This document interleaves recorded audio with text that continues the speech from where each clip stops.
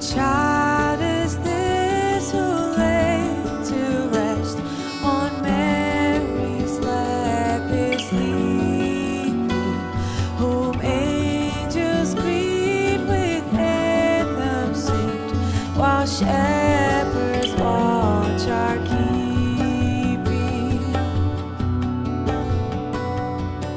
This is Christ the King, whom shepherds guard and angels sing. Haste, haste to bring him, Lord, the babe, the Son of Mary.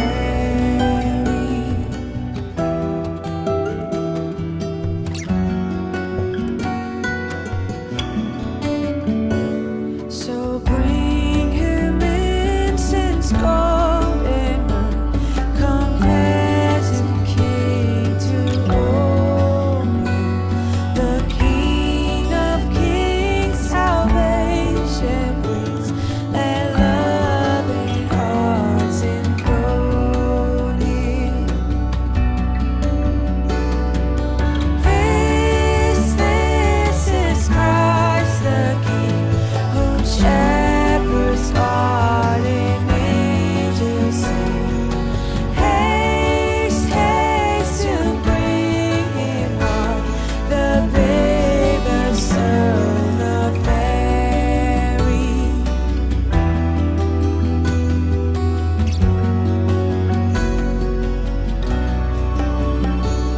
Now let our praises ring this night, all heaven, earth together.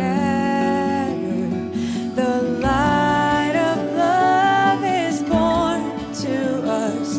Exalt his name forever.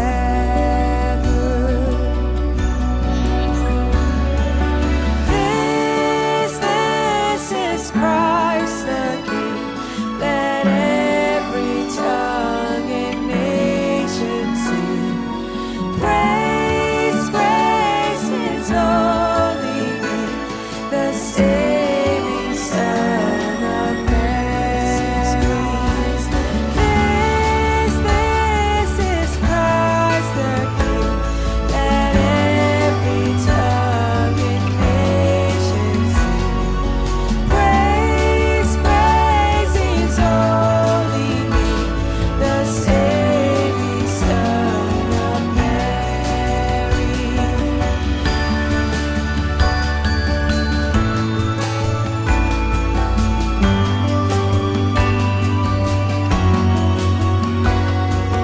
Praise, praise his holy name, the saving Son of Mary.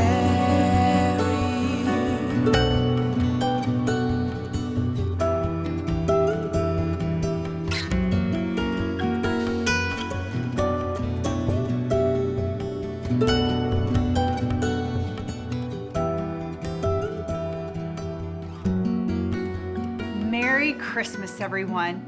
My name is Sherry Banky, and I want to welcome you to Christmas with Community. Wherever you are watching from on this Christmas Eve, I hope God meets you in a special way during our time together. We are here to celebrate the birth of our Savior, Jesus. Our King has come. I'd love for you to invite others to join us as well. Would you go ahead and share this link with your friends and family so they can experience our celebration too? I also want to let you know that we'll be ending our service today with a special candlelight version of Silent Night. I'd encourage you to grab a candle to join us in that moment. Any candle you have around your house will do. If you're joining us for the first time, I want you to know that here at Community, we are passionate about helping people find their way back to God. Everything we do is centered on that mission, whether here in the Chicagoland area, at one of our 9 locations, or around the world through Community Online. Although 2020 has been a crazy year, we continue to experience the goodness of God in so many ways. Let us share just a few of the amazing ways we've seen God at work in and through our church over the past year as we watch this special Be the Church moment.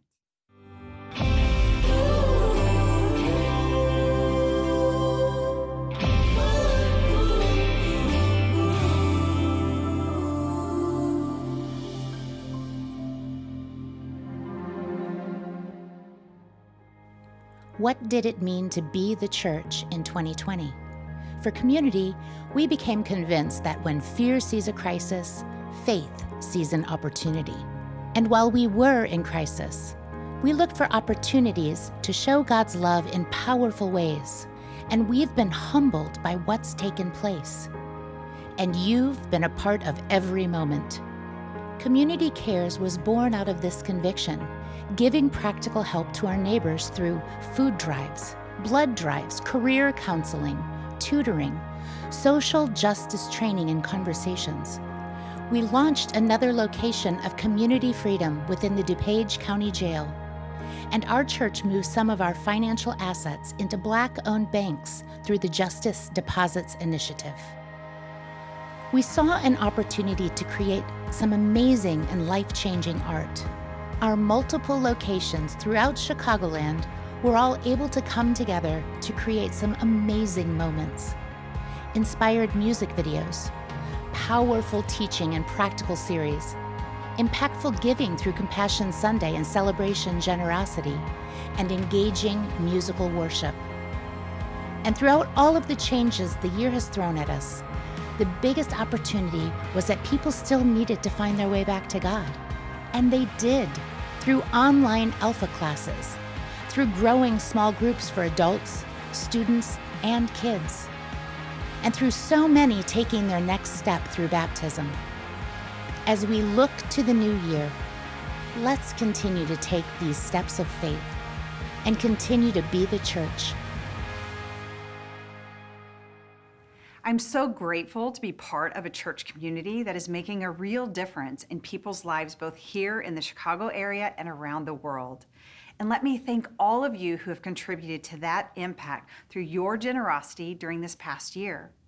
Christmas time is when we celebrate the gift that God gave us on that very first Christmas. What a better way to respond than by giving back to Him. The gift of Jesus brought us hope. The gifts we give Him are used to help more and more people find that hope, to help more and more people find their way back to God.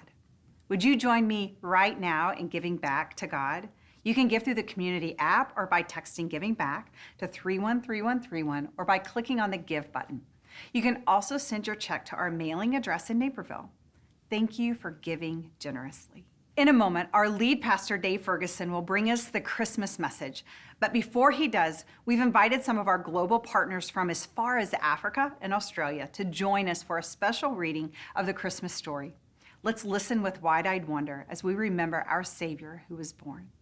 In those days, En ces jours-là, उन्हीं दिना में Narere matukoine mashio. In those days, Caesar Augustus issued a decree that a census should be taken of the entire Roman world. this was the first census that took place while Quirinius was governor of Syria, and everyone went to their own town to register.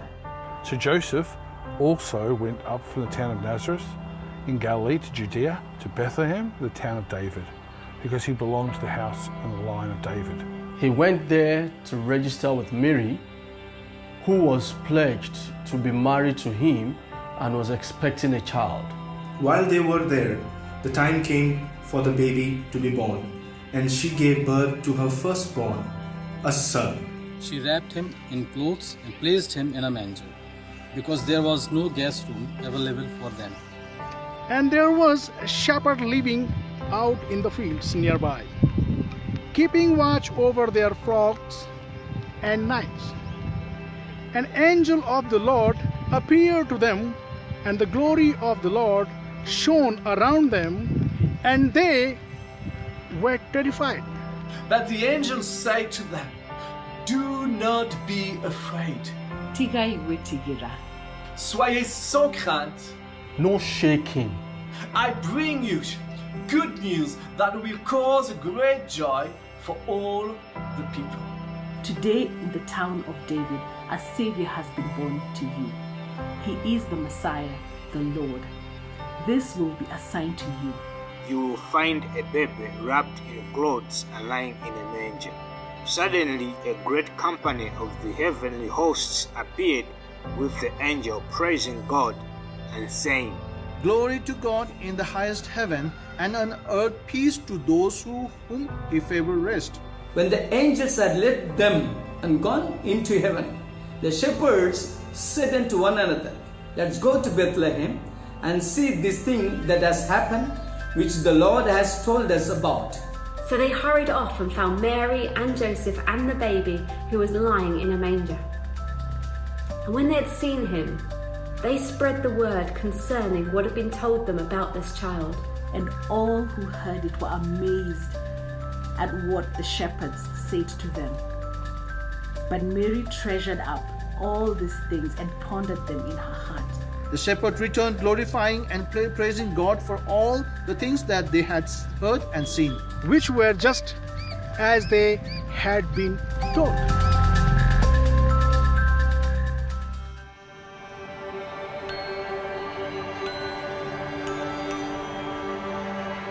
A thrill of hope, the weary world rejoices.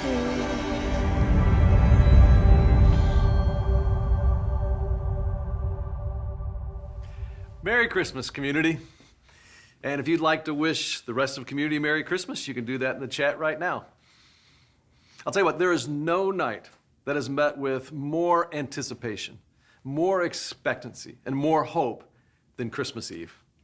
And if you're like me or other kids, both big and small, the thing you're probably anticipating, the thing you're expecting, the thing you're hopeful about on Christmas Eve is probably this right here. Presents, right? Ooh, I wonder what's in there. This gift, this big gift, it actually reminds me of a story. This is something where Sue and I, as a parents, I mean, we totally blew it. Our youngest, Caleb, was probably, I'm guessing, around 3 or 4 at the time. Definitely old enough to understand Christmas and getting presents, all that kind of stuff. And underneath the Christmas tree, for Caleb, was the biggest gift for the entire family. It was at least this big, but the biggest present. And so from the moment he wakes up on Christmas morning, which is when we open all our gifts, he's just like this. Literally, he's just like this because he is so excited because he got the biggest gift. And of course we know if you got the biggest gift, it's gonna be the best gift. That's the way it works. And the way we do it at the Ferguson house is we go around the circle, kind of opening gifts one at a time. I'll open a gift, I'll thank somebody and show everybody. Sue will do the same thing, then Amy, and then Josh, and then Caleb. And of course there's, several gifts, so we do this, kind of drag it out throughout the morning and really enjoy it. And Caleb, he's showing remarkable amounts of delayed gratification for a little dude. So finally, all the other gifts, have been opened. And he has saved the biggest gift for the last.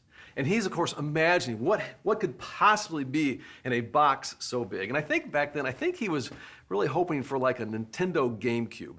And this was big enough, it probably could hold 2 or 3 Nintendo GameCubes. And that's what he's thinking. I don't know what we were thinking as parents. I think we were, we didn't have a lot of money, so I think we were probably going like, hey, how can we just wrap as many things as possible so the kids get lots of gifts? This was not a great parent moment. So Caleb, he rips off the wrapping. He tears into the box and he reaches down inside and he pulls out a car seat. It was a total fail. He just begins crying. The little guy just begins crying. And I'm like, come on, kid. You know how much a car seat costs? You got to be grateful that I'm thinking about your safety. No, I didn't say that.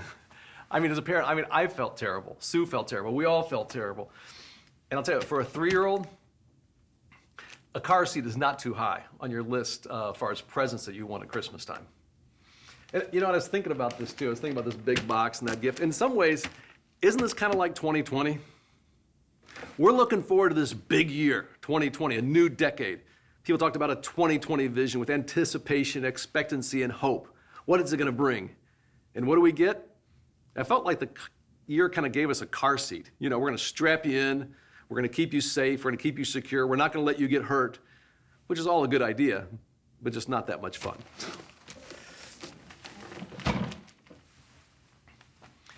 Let me ask you this. What are you hoping for this Christmas? I mean, deep down inside, what are you really longing for? And I know there's kind of some big picture things, and maybe this is the first to come to mind. I just hope this pandemic goes away. I just want to be able to spend time with family and friends whenever I want. But maybe as you look a little deeper, what else are you hoping for? Because I think for some of us, we're probably hoping for love. Hoping that this will be the year that we'll find love and are loved in return. Maybe for some of you, you're also saying, you know, I want this to be the year where I finally figure out where I can make a difference. So I have a purpose to the hours, my existence here on life. For others of us, maybe it's things that are a little closer to home. It's your family. And you're going, I want this to be the year that our marriage finally becomes everything we dreamed it could be. That's what I'm hoping for. Or maybe you're just hoping for reconciliation with some family. Or maybe there's a family member who just, it's like they're lost. And all your hopes are invested in them. Or for others, maybe the hope, it's so big, it would take like a miracle, and that's your hope. And after a year like 2020, it's easy for us to lose hope. Because, 2020, it feels like a year that, hey, I want a Nintendo GameCube and I got a car seat. Here's what I want you to do. I want you to go ahead and grab your candle. Earlier, Sherry asked each of you to go ahead and grab a candle, and there's a reason for that. We want this candle to be a symbol of hope. We want to represent whatever it is that you're hoping for right now. And I want every one of you to imagine, what are you hoping for as we go into this new year on this Christmas Eve? I know what I'm hoping for. Now, I'm going to ask you to light it in a little bit, but I just want this to be a symbol for right now. See, for a long time, candles have been a part of the Christian tradition. We would light candles, as a sign and symbol of hope, things we're hoping for. In fact, the Advent season is a Christmas season that's highlighted by the lighting of candles. 4 weeks out, every week, we light a candle in anticipation of Christmas.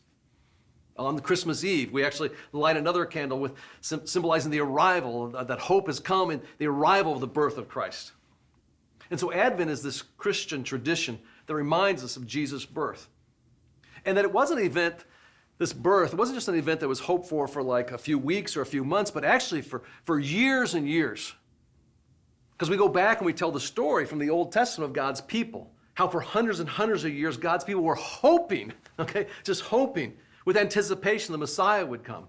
Because they believed he would be the king, and that he would give them what they all longed for and hoped for, and that was freedom. And here's why, because, for us, we've had a really, really rough year, right? By all accounts, it's been a rough year. But God's people, if you go back and read it, they had a really, really rough history. First they're enslaved in Egypt. Then you find they're exiled to Babylon. Then they finally do get their own land, and they come under the oppression of the Roman Empire. And what are they hoping for throughout every one of those generations? They're hoping to be free. They wait, they wait, they wait. They hope, they hope, they hope. They hope for this Messiah would finally come.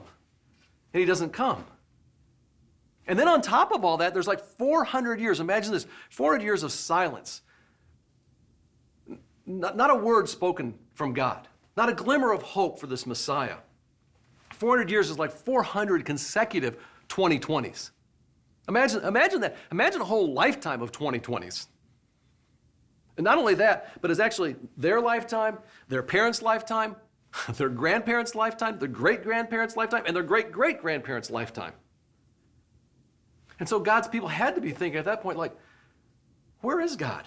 Where did he go? What's he doing? Why is he so silent?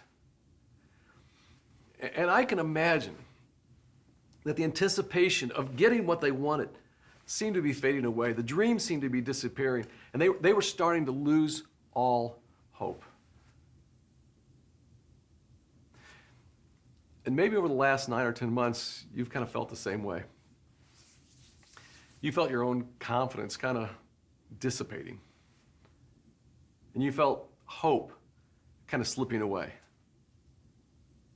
And maybe you've never said it out loud, but you've even kind of thought to yourself, where did God go in my life? What's he doing? Why does he seem so silent? And you're not feeling much hope. Let me warn you, from having observed lots and lots of people over the years, let me warn you what happens when hope vanishes. When hope vanishes, when it's gone, here's what happens. We settle. We end up settling for far less than God's best for our life when hope disappears. We give in. When hope vanishes, we give in to things that are actually destructive and can ultimately destroy us. When hope disappears and vanishes, we actually give up. We give up the fight for all the things that are good and right in this life. And then finally, we just walk away from it all. That's what happens when hope disappears. I want to introduce you to a couple of community attenders, Jill and Shane Diaz. They're a remarkably resilient, upbeat couple. But I'll tell you what, when 2020 came around, they found themselves starting to lose hope. And here's Jill and Shane to tell you their story. I'm Shane Diaz. This is my wife, Jill. We have two young little girls, Rocklyn and Maeve, and we've been going to community for just over a year now.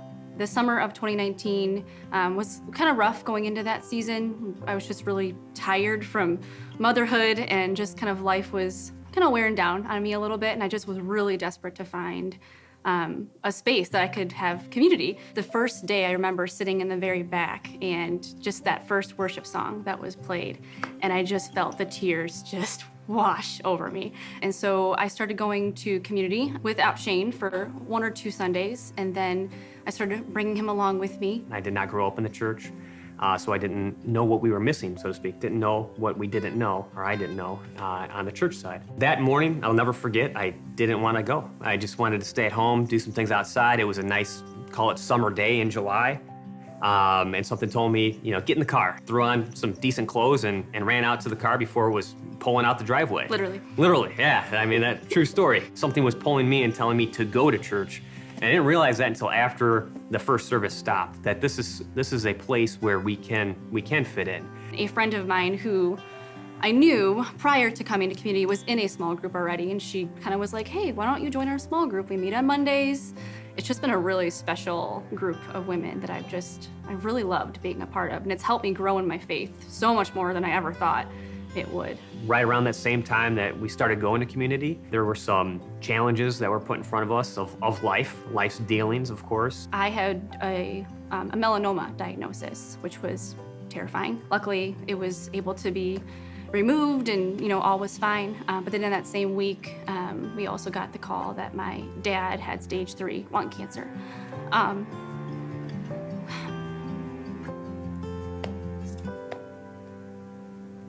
Technically, he's my stepdad, but he has been 100% my father figure my whole life. When he got that diagnosis, it kind of all came crashing down that somebody who's been a rock in my whole life could potentially not be here, which ended up being the case. We lost him in June, and he was just the best. He was the best grandpa. He was the best dad. It was a painful person to lose.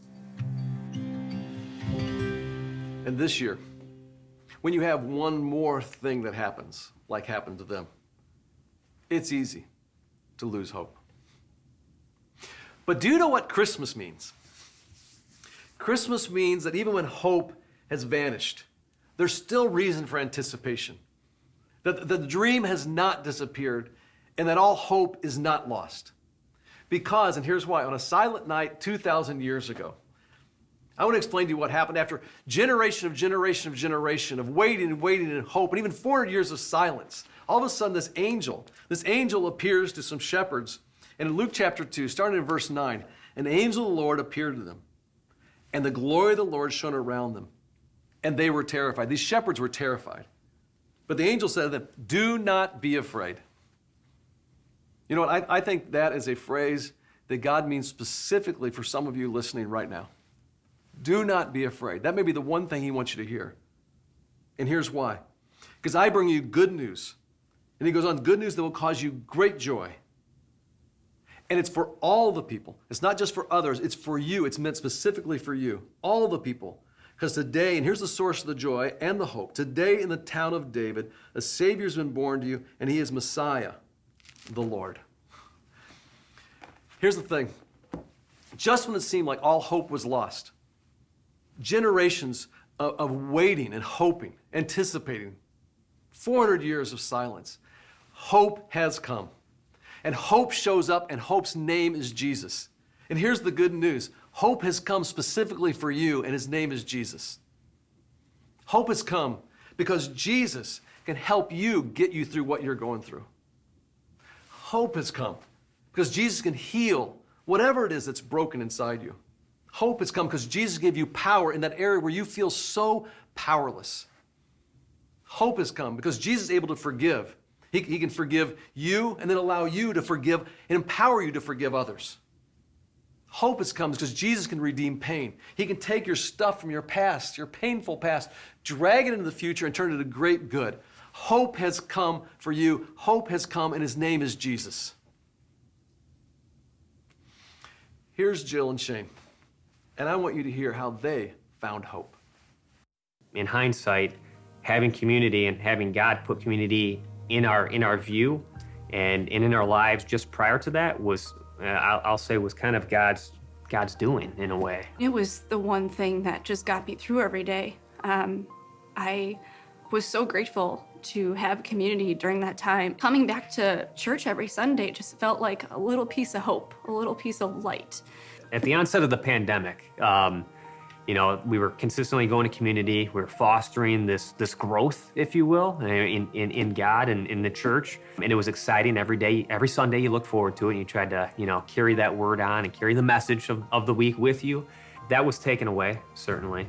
And luckily, I think in terms of my opinion and my viewpoint, I was able to find a small group. Small group was a basis for me to continue to fuel my growth in God, Jesus. And also a closeness with guys in the church that I didn't know. My dad, ironically, even though he was going through chemo and all of that during this time, he was the same energetic self his entire time of being on treatment. The hardest part of the pandemic was not seeing him, because that was his last 3 months of life. So that was the hardest part. That was the hardest part. I grew up in the church. I was baptized as a baby, but I've just always loved just even seeing baptisms happen at church. For me, it was that accountability factor, that I was on this journey, and that even though things were falling apart around me, literally, I still wanted to say, like, I'm following Jesus. I'm committed to this life of trying to be the best disciple I can be. The more I talked about it with Shane, he kind of started to like, well, should I do it? And I was like, that's your choice.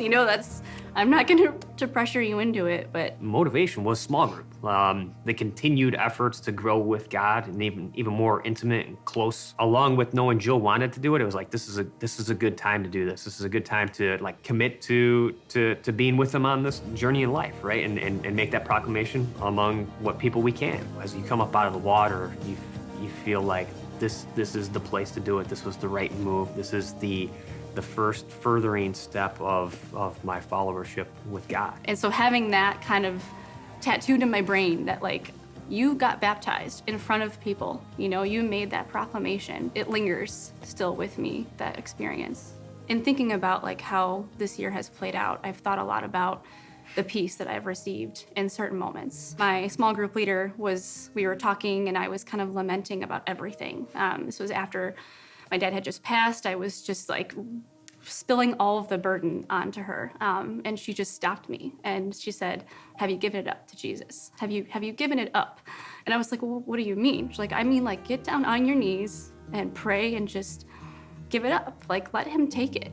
And that's what I'm really trying to do, is to let him take it. It's hard, but I'm so thankful for that peace, that just if I stop in the middle of my day and just say like, I'm giving it up to you, Lord, and then I feel it. I mean, I literally feel it. My shoulders lower, my heart rate slows down. It's a reminder that like there is hope if we're willing to give it up and give it up to God and let his peace wash over us. I love that story. I mean, it's one now of hundreds and hundreds of stories of people who found their way back to God here and have found hope. But I also love that story tonight because it is a Christmas story. Because in the middle of a year of excruciating grief and pain, Shane and Jill, they found peace and they found hope. And this Christmas, what it brings to you, it brings specifically right to you tonight, hope. Don't you want hope? In a moment, community music is going to lead us in a song that's a reminder of the night when hope arrived. If you feel that hope, or if you want that hope, would you just kind of quietly either maybe sing or just hum that song with us? I love what one of our worship leaders says. She'll say, you know, we sing because we believe, and sometimes we believe because we sing. And so would you do that if you want that hope? Or if you feel that hope? Would you go ahead and do that? Just hum or quietly sing as we celebrate together the hope that came in Jesus on that Oh Holy Night.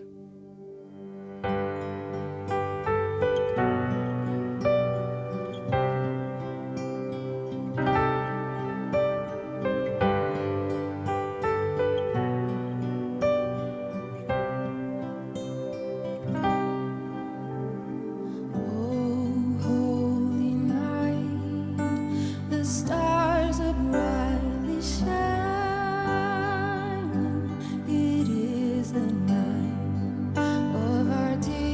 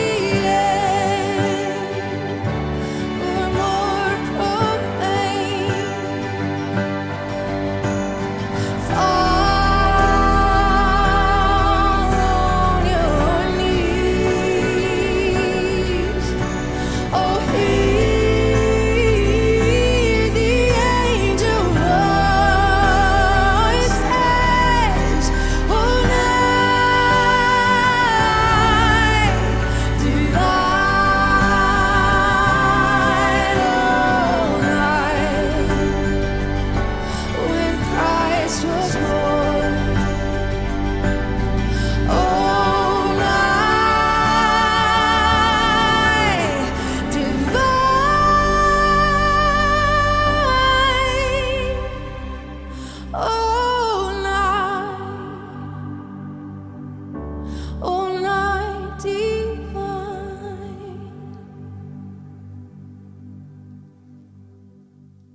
Every year at Community, there's another song that we sing on Christmas Eve, and it's Silent Night. And every year, it's a song that brings hope. I'm joining you now from my living room where I wanted to celebrate this with you. If you will, go ahead and grab a candle. And remember, this candle is a symbol of hope. Maybe it's a hope that you have or just a hope that you want. And in a moment, we'll have some of the other Community Christian staff also join us. There's something about singing this song that brings hope, and I think maybe it has to do with kind of the story of how it came to be. See, Silent Night was actually originally written by a guy named Joseph Mohr of Oberndorf, Austria. He was a priest. He was actually a priest in a parish, you're going to love this, at St. Nicholas Church. I'm not making it up. So Father Mohr was the priest at St. Nick's. And he must have been kind of a character because his superiors would often say of him, he was just too cheerful to be a priest. He would be about town smoking a pipe and playing his guitar and singing songs. I think I would have liked him. But there's something about coming together and singing that song. Because the first time they sang that song was in 1818. It was a year not dissimilar to 2020, in that it was a time where it really lacked hope. There was war across Europe, and even that little town where the church was, there had been tremendous flooding that had done great damage to the church and actually destroyed the church organ. And everybody thought, if you don't have an organ, you can't sing Christmas carols. You can't sing Christmas carols, you can't have Christmas Eve services. So Father Joseph, in a desperate attempt to rescue Christmas Eve, takes this poem that he had written, has someone put music to it, and then on Christmas Eve, he pulls out his guitar before that little parish, and he sings the song, and they sing along with him. And it brings hope. And it has brought hope for generations and generations ever since. Because it declares a hope that Jesus has come. And that is a hope for everyone.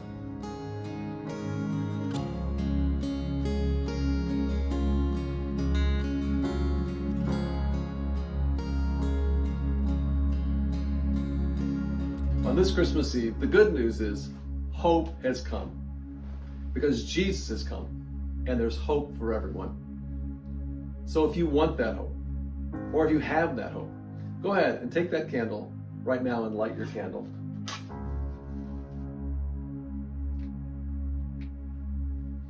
Hope has come. Hope for everyone.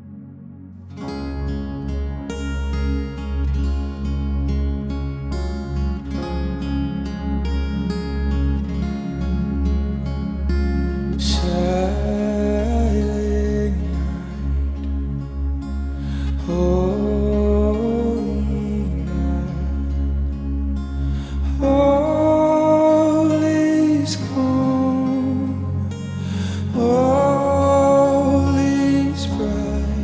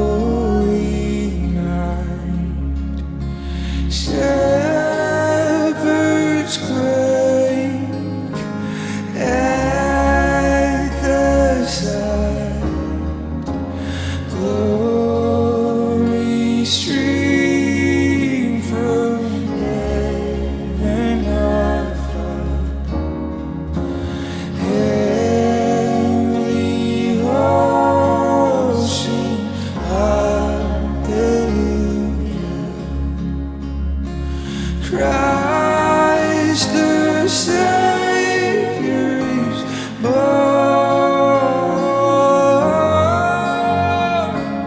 Christ the Savior is born.